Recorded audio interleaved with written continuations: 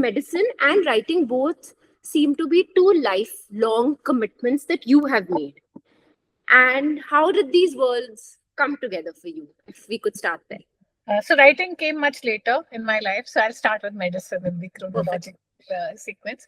So medicine happened the way it happens for many of our young people. Uh, I come from a family of doctors. Both my parents are doctors. I wasn't very sure about whether I want to become a doctor or not. I think that is an age where you feel the need to rebel. So I did go through this period of confusion. I finally decided that I did. And I've been a doctor for more than 25 years now. I studied at Lady Harding. It came naturally after that initial confusion. I think as growing up as a child, it's probably the only thing that you see people doing, and it comes naturally. And I enjoyed it. Even today, I think it's a major part of who I am. Writing, on the other hand, happened very fairly recently, less than a decade ago, about 6 or 7 years ago. I was at that phase where I was honestly, I'd done I checked off the milestones of commitments, like I have a job, and I mean, this is sort of the kind of job that I'll be doing. My kids were getting older, they were entering their teens. Before that, I had honestly not had the time to explore, you know, my personal development other than so professional development always comes first. And I'd always been busy with a lot of commitments. And I was going through a phase of life where and I felt the need to give myself some more time. So I started writing. I've always been a very, very voracious reader, sharing on social media, and I got a good response. And I think that propelled me. And then I started writing stories, short stories, and I won a couple of contests. And then the pandemic happened. Uh, so when the pandemic happened, we were at work. We couldn't take time off, and there were a lot of unprocessed emotions there. So I think those came out during writing. Plus the fact that there was nothing else that you could do. There was no other than work. You couldn't go anywhere. So I started writing, and I ended up writing a book, which I then went through the publication thing. So when I was doing all this, I realized that writing was bringing me joy. It wasn't just a hobby. It was something that I was really, really enjoying. It was something where and it was also something which I had never tried. So it was something it was a challenge. I was a typical science student, PCB, never studied English beyond grade 12. So it was also a challenge, actually, to start something new fairly late in life, and to do it well. And I think that was also part of the charm of it, frankly speaking. I think, yeah, psychologically also it was very exhaustive for doctors in that space. So, how do you feel coming out of that space, writing, being a creative expression, and like you said, to connect with yourself? What was the process for you? Like, escape from, I mean, even when I would come back home, those things stay with you. So it was only when I was writing that I could totally detach from all of that. It was sort of my imaginary world that I could go and live in. And we needed that.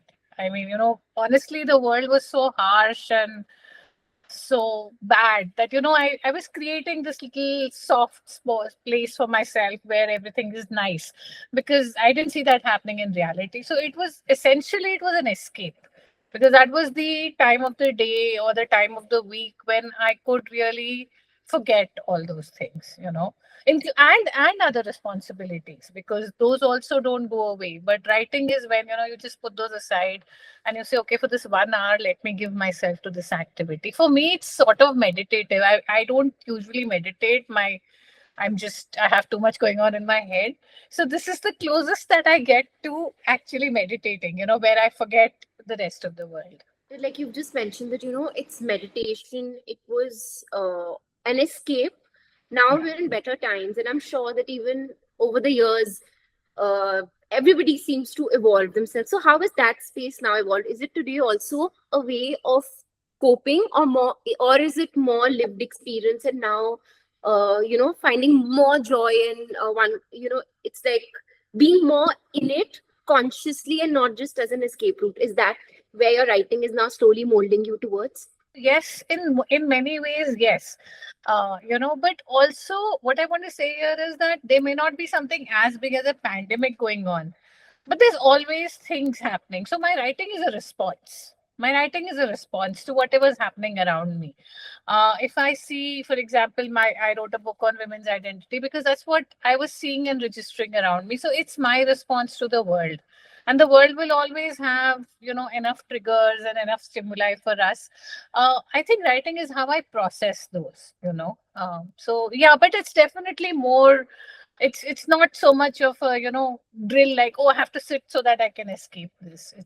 It's more natural. It comes more freely. Observing, and a big role of a doctor's life is following your own. Of course, you're trained, there's rigorous training that you go through, but ultimately, when it comes to patients and hands on treatment, it's about your instincts and your observation skills which come at play. So, I want to ask you, when it comes to writing and fictional, like fiction as a genre, how much of observing life and observing your patients, like, is there a connect there? There's definitely a connect. So, like you said rightly, we're trained to be clinical. That's where the word clinical comes from, right? But at the same time, we are doing what we're dealing with is so much of humanness. So it's not like your doctor's detached, but they do need to be distinct. So that they can give you the best of their professional ability. Now, when we are doing that, what happens to the part of us which we are not able to distinct? Right? That is the part that comes out in writing. So, for example, I'm a pathologist. I see a lot of cancer, and it's very easy, it's very easy for all of us in our work for things to become just another case, like for you also in your work, because that's work. But behind each slide, behind each report, there's a patient, and there's a patient who's different. Someone may be going through their biggest challenge of life. Someone may get a diagnosis where you don't have cancer, what that means to that patient, what that means to the people around them. So that human side, we are in touch with it, and I think that that's where the creative pursuit comes in. So yeah, we do observe. It's not like we're not observing what's happening with our patient. We are observing. We're not responding to it in our routine work. So yeah, observing is a key part, and I use those observations. The patients who come to you every day, they'll have a story. Everyone has a story. So those kind of things get packed in the side of a brain, and then they can come out in a story, and they can come out in a book or in an article or something like that. You said the disconnect, and obviously for professions like lawyers and doctors, at the end of the day, they say that you can't take that case back home. It's easier said than done. But I want to ask you, like, even with something similar, in practice that happens in doctors, they call it the bedside manners and stuff like that. How do you deal with patients? Do you think now being creatively much more expressive and being in that space, has that impacted how you are with your not only patients but even with your It peers? has sustained the empathy, because sometimes you begin to feel burnt out and less empathetic towards the people you work with or the cases that you see. So being creative helps me maintain that, and more than that, what happens is that when you're writing, I have learned to hold space for a different point of view. Because when I'm writing, I'm telling so many people's stories, right? They're not my story. It's not the story of a girl who went to medical college and became a doctor. So I'm sort of getting into so many people's heads and lives. So I feel that I'm able to assimilate those points of view better. I can hold space for a view which may be different from mine, which is very, very important in the professional setup with my peers, also with the people I lead at work. That's been a very important change, because when I started writing about women's identity, when I started writing about the problems that women face, um, I became aware of the intersectionality. Before that, whatever you say, we all gone to the similar kind, you meet the same kind of people in schools and colleges. So that intersectionality which you experience. So now I began to understand that. And when I lead, I have a team of over 20 people in my lab. So now I understand that different people, the space they come from, the place that they're coming from, why they're doing something. I take that extra, maybe a couple of minutes or hold that space for them to understand why they're doing it. So I feel that that has been a very big learning for me in the leadership space, in the managerial space. That's Is it, what do you feel about the fact that women professionally, how to, and especially in the field of medicine, what is it when it comes to compartmentalizing their space, like when it comes to their profession and their own selves? Like, is that a challenge? How do you deal with that for your own self and for the younger people that you mentor and lead? How is it? I think women compartmentalize because, from the beginning, we are aware that we are playing many roles. And the multiple roles that we play affect how we are seen. Like, for example, if I'm constantly talking about my kids at work, I may not be viewed in a very positive light by my male peers.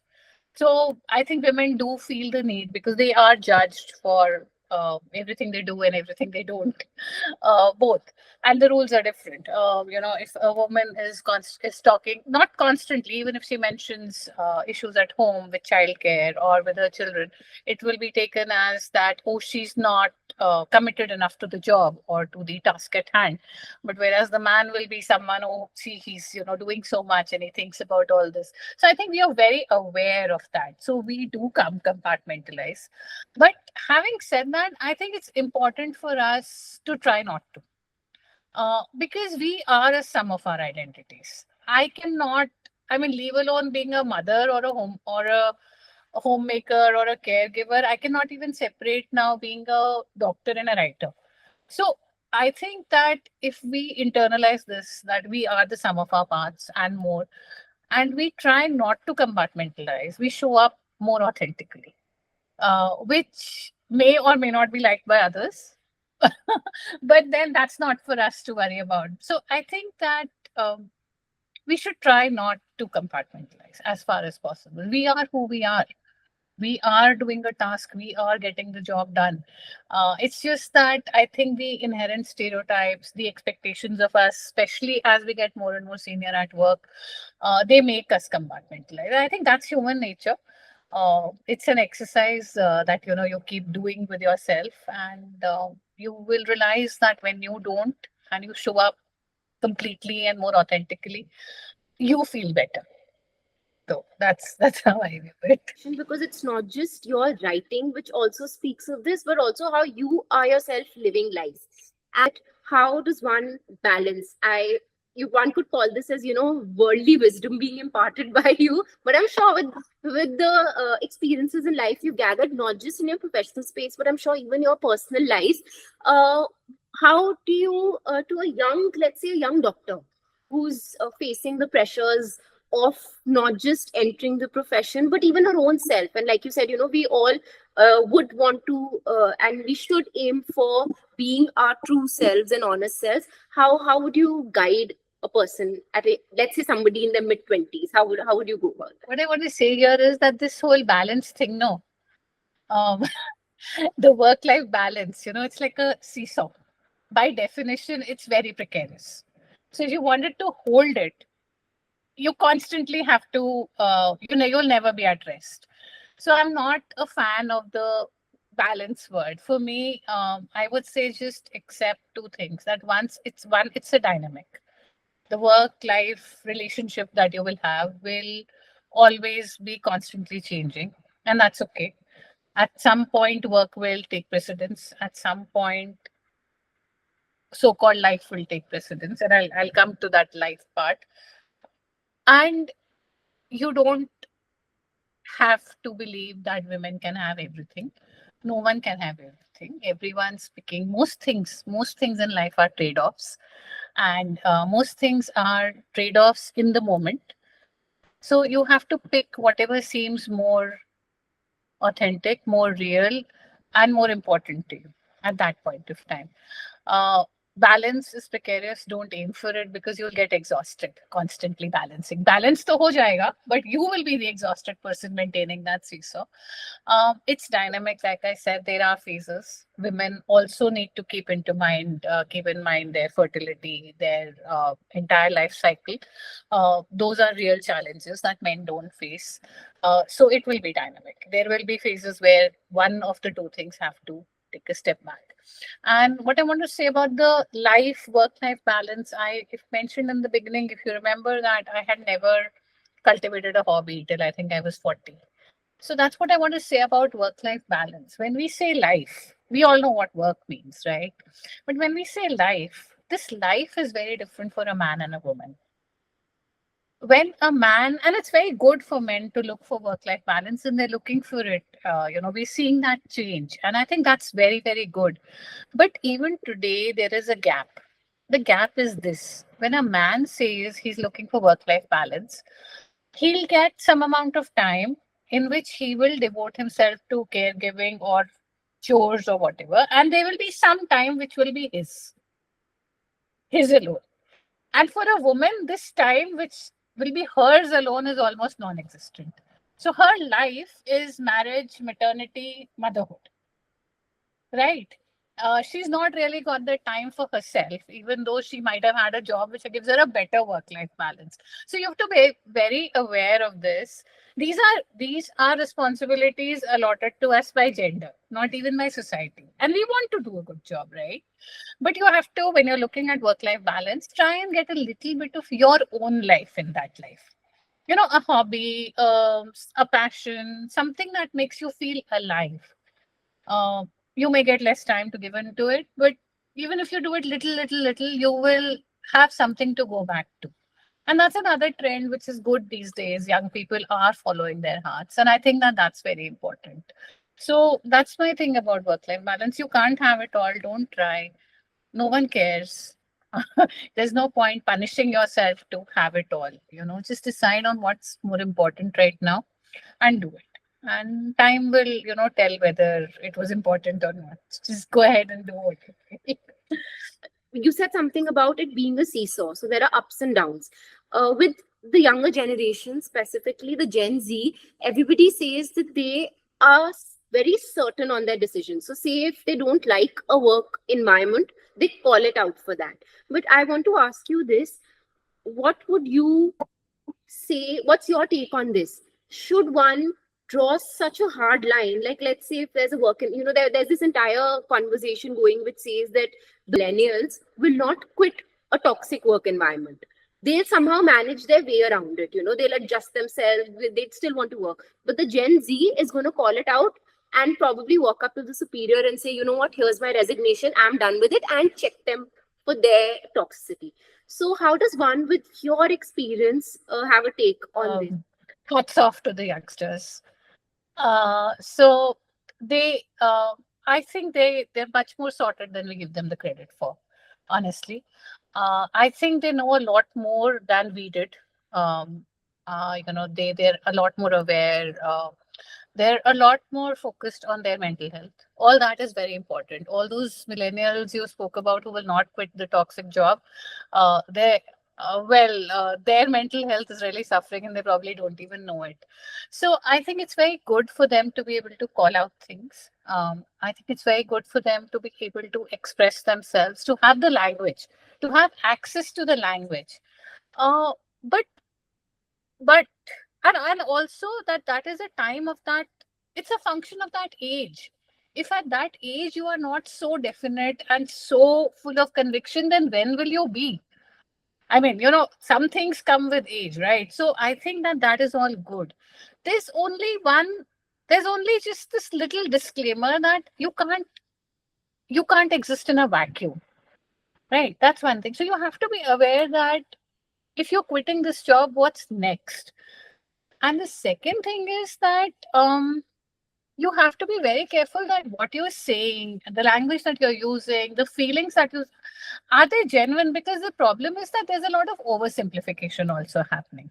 Like boundaries is a word which is like just thrown about.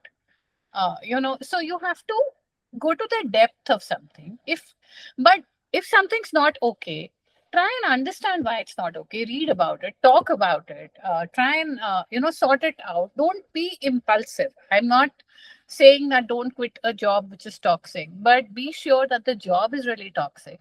Be sure that you will be able to come up with a plan B, because if you don't, otherwise it's just privilege.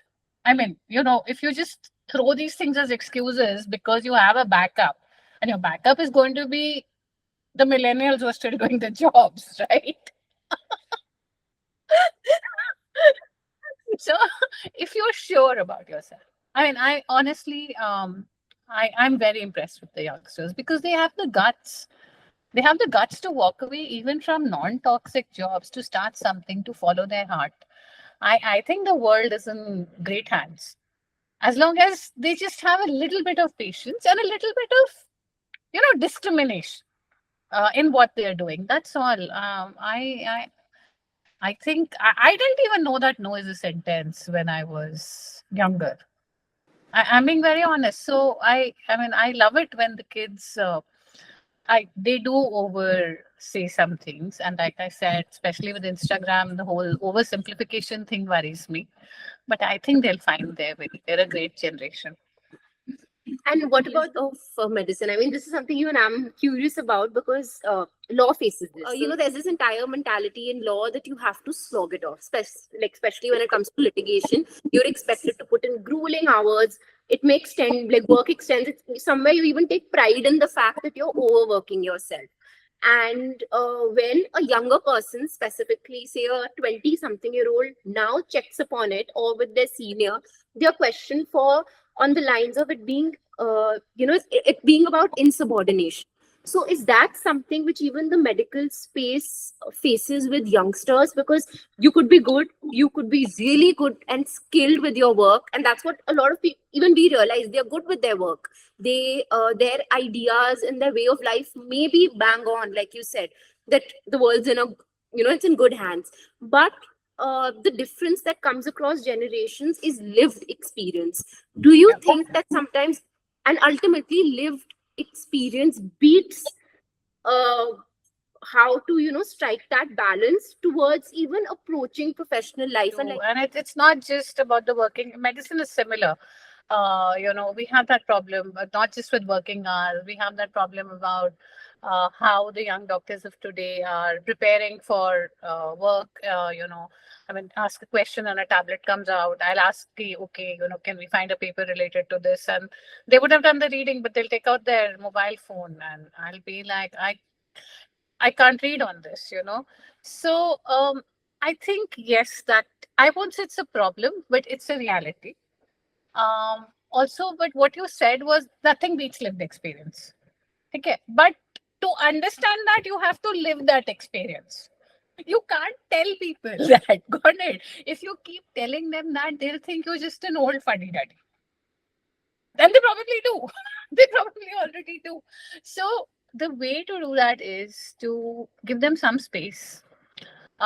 Lived experience they will gain, and then only they will understand the value of our lived experience. You cannot, like I said again, you cannot teach it to them. um I also don't think that a lot of them are sitting and having this conversation, um and that's okay. Because they're probably doing things which interest them.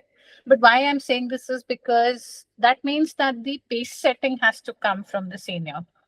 I'm not saying lower the expectation. The expectation has to be of work which is completely exceptional in your field and in mine.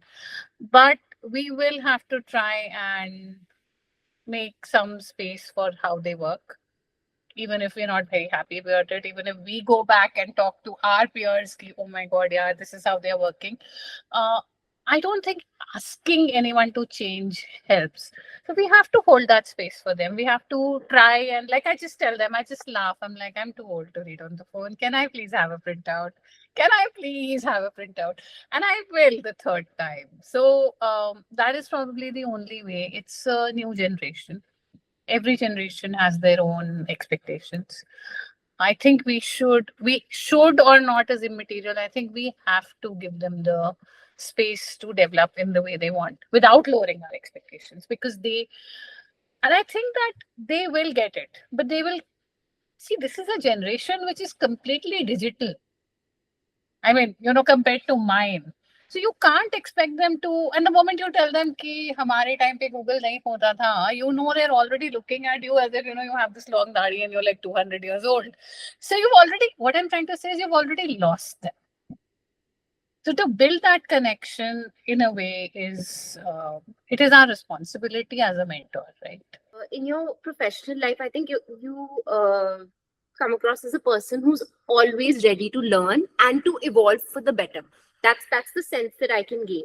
I want to understand now, when you're writing, do you think you as a writer, even though it's a new, you put it as a hobby or a passion or something new found for you, but I want to ask you this: as Dr. Shalini, say 10 years or 15 years ago, being a writer and being a writer today, do you think that would have been like a different space? Like, had you been writing at a younger time of your profession compared to now? Like, do you think it would have? Absolutely. So it's all about lived experience, as you said. It's all stuff that you process, you understand, and you don't. It's all about your life experiences, your moments that add up. I mean, I'm very impressed with young people who write, but I do believe that you need a certain amount of life experience, literally calling it that, to be able to write well. And absolutely, I don't think 15 years ago I could have done justice to the kind of things that I'm handling now. I might have written other things. The person I was then and the person I am today are entirely different. And I feel that the person I am today has much more layers and is more nuanced. So definitely. Writing has helped you not just understand your own self, but even those around you, like through phases of life. How would you? So the first thing when you understand yourself is that, like I said earlier, you understand that everyone responds very differently to the same situation. And yeah, I mean, I've actually fictionalized some parts of, some things that might have happened to me in an effort to understand them. And it definitely helps. So because when you're writing, see, writing is linear. Writing in a story or in a book, things happen in a sequence and it has to make sense. Life, unfortunately, does not have to make sense. So when you write, you're actually making sense of things, and you're reliving a lot of, without putting it on paper, you are drawing on your own experiences and your own emotions. So yes, it does help. What's been more impacting, writing on your professional life or on your personal life and development? Both. So I actually started, when I started, I thought that I would keep the two things very separate. Compartmentalization, as you just said. And that's why, my fiction books actually don't have doctor written on them. But then I realized that there are not two things. I'm a doctor, I'm a writer. But what was tying them together was the fact that I was a woman. That I could not separate from either of the two identities. So both, uh, my fiction, because it helps me, process a lot of emotions, and my non-fiction because it directly impacts the work that I do. And I already said that medicine is very important to me. So, like, a lot of people can write fiction. I mean, there are a lot of doctors who write, but I do feel that the specific intersection of medicine and writing is something that fewer people can do, and that needs to be out there. So, both in their own way. Important that you said that both are important for you. You understand your professional responsibilities as a doctor and the creative space and the ecosystem you've built around writing. And but at the same time, like, you made a conscious choice of not including your doctor title for your books. I want to ask next that not just influencing or motivating women to express themselves, because one major theme that you center not just in your writing but women and their identity. So how would you encourage women to one the right words for it, I wouldn't know how to put this, but encourage women to be more of themselves, and through life, I mean, work life balance, we've discussed it, but just generally going through life and letting life happen, what's the encouragement you feel that is a takeaway not just from your works of writing, but even from your ways of seeing the world? Like, what will be the message which you feel can act as an encouragement? Women lose sight of the person they are very early in life. And that's not a good thing. Some of it happens because of life, conditioning. Uh, that's how the society works, And even though times have changed, the mindsets remain. So it's not like, okay, times have changed. It's not like a woman, when I give a woman, it's first of all, marriage was a given. That has also changed. But that is for you and me, not for most of the women of the country. Uh, okay, I know now you're not supposed to now. A woman is not expected to erase her identity and her name to that extent, but still, uh, the way life pans out, women lose sight of the person they were, and it's in the little things. It's in what do you like, what do you feel is wrong, in voicing it. We're taught to keep the peace. We are taught to give up those little bits of ourselves, and I think that the key is only not to let that happen. If you like your food in a particular way, when you go to a new home and a new family, you naturally expect it to adapt. Um, do it, but also, hang on to the part of yourself which likes it in a particular way. Uh, these are small things. These are things we don't think about. That's why I'm saying it. That even, it's like, okay, koi baat nahi, but when it adds up, it does become important. So I think the key is that whatever you do, don't lose sight of the person that you are. Whether it's in the things you like, whether it's in what you want to study, what you want to pursue. You need to be aware of what you want. Too many women are just aware of everyone and everything around them except for themselves. That is a problem. Towards the last segment, and more on a lighter side, I'd want to ask you this, that you mentioned initially that you were a reader first. So we could just get a good glimpse into your, journey through being a reader, apart from, of course, your medical and academic life. How was it? Like, what were your favorite books? I have been a book lover since I was a small kid. I mean, I grew up in a house full of books, and um, my my nani and my father both have written books, but in their areas of specialization, not in fiction. So I grew up surrounded by books and stories. I've read every possible thing growing up, from comics, from Mama Chitrakatha's, Tickles to, I mean, the mysteries. And we now these kids have so much to read. In our times, it was very limited, and most of it came from outside. There was hardly any local content. We didn't see children like us in books, right? So that has changed, and that's really amazing. I'm not going to list any favorite books because there are too many of them, but I like reading contemporary fiction, Jeffrey Archer. I like reading a lot of nonfiction. I will read everyone's biography. For example, I don't watch tennis too much, but I've read Agassi, I've read Federer, I've read their bios. So I love reading nonfiction. I love finding out about the world through books. The only things that I cannot read is horror because I get very scared. And fantasy, I just never got it was also something not huge in our time. So I just never assimilated it. So I'm like, can I just stay in the real world and make sense of this instead of. So I read everything, absolutely everything possible, including a lot of nonfiction, contemporary fiction, women's writing, of course, is a thing. Uh, Literature, I'm not that keen on. I mean, I've never studied it as a student, as I said, but I do like trying to explore it. When I was learning how to write, I read a lot of those. So I read everything. But I think it's so great because Rom-coms, sorry, I love rom-coms. How I can I sort leave? of now that's the next thing I wanted to come to, because it's so fascinating, because when you look at professions, it's an innate habit that if a lawyer is going to most definitely write a book on law, a Yeah, doctor is going to author a book on hardcore medicine and so there's this new space even in the rom-com or the lighter yeah, contemporary fictional work, where women from STEM backgrounds are being written about. And a couple of books off late have turned into those Netflix series, series, yeah. movies coming out. So have you, watched those? And when you watch women in STEM being portrayed that way, and of course it has the younger generation, Yeah, 20s yeah. and 30s. So how do you feel about that? Are they relatable?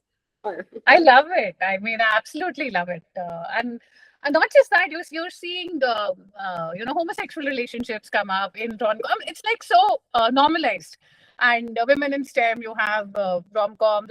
Doctor romances have always been there, but I love it. I love the rom-coms. I love the way they're showing women in STEM. I like the way that there's so much humor there. It's almost like a unique way of calling out things. So I totally love it. It's Buster for me. I just read one after the other. So that way, even light romance, which is not a rom com, I and those have changed because, like you're saying, the protagonists are getting stronger, less stereotyped. So it's a lot of fun reading those. Thank you for, taking out your time to be doing this. So a Oh, big my pleasure. My pleasure. Thank you for threading it so beautifully. I really enjoyed the conversation.